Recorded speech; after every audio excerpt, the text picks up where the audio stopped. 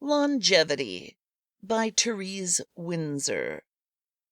This story appeared in Amazing Science Fiction Stories, May of 1960. Extensive research by Project Gutenberg at Gutenberg.org did not uncover any evidence that the U.S. copyright on this publication was renewed. A Morality Tale, 1960 style. Legend had it that many thousands of years ago, right after the Great Horror, the whole continent of the West had slowly sunk beneath the West Water, and that once every century it arose during a full moon. Still, Captain Hinrik clung to the hope that the legend would not be borne out by truth. Perhaps the West Continent still existed. Perhaps, dare he hope, with civilization. The crew of the Semilunas thought him quite mad. After all, hadn't the East and South continents been completely annihilated from the great sky fires? And wasn't it said that they had suffered but a fraction of what the West continent had endured? The Semilunas anchored at the mouth of a great river. The months of fear and doubt were at end. Here at last was the West Continent. A small party of scouts was sent ashore, with many cautions to be alert for luminescent areas, which meant certain death for those who remained too long in its vicinity. Armed with bow and arrow, the party made its way slowly up the great river. Nowhere was to be seen the color green, only dull browns and grays, and no sign of life save for an occasional patch of lichen on a rock. After several days of rowing, the food and water supply was almost half depleted, and still no evidence of either past or present habitation. It was time to turn back, to travel all the weary months across the West Water, the journey all in vain. What a small reward for such an arduous trip! Just proof of the existence of a barren landmass, ugly and useless.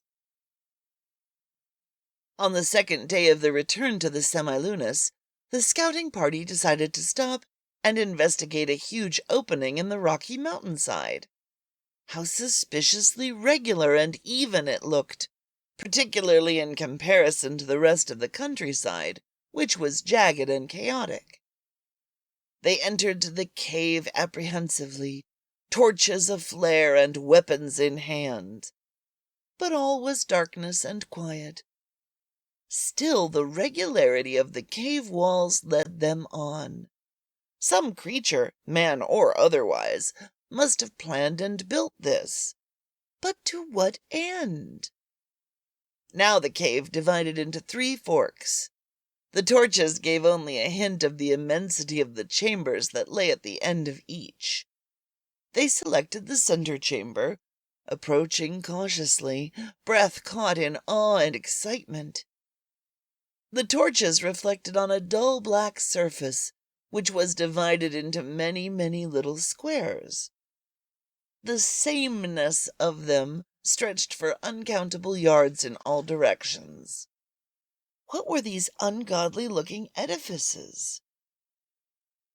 The black surface was cold and smooth to the touch, and quite regular except for a strange little hole at the bottom of each square, and a curious row of pictures along the top. They would copy these strange pictures. Perhaps back home there would be a scholar who would understand the meaning behind these last remains of the people of the West Continent. The leader took out his slate and painstakingly copied. "Safeguard your valuables at Allegheny Mountain Vaults. Box number 4544356782.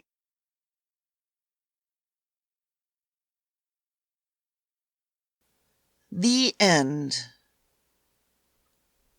All Atomic Julie stories are produced by Julie Hoverson and are copyright to Julie Hoverson and Reality Productions, whether or not there is a mention of that fact. These stories may not be reproduced or sold in any manner without previous permission from the copyright owner. Just because the underlying stories are out of copyright doesn't mean that Julie's performance is.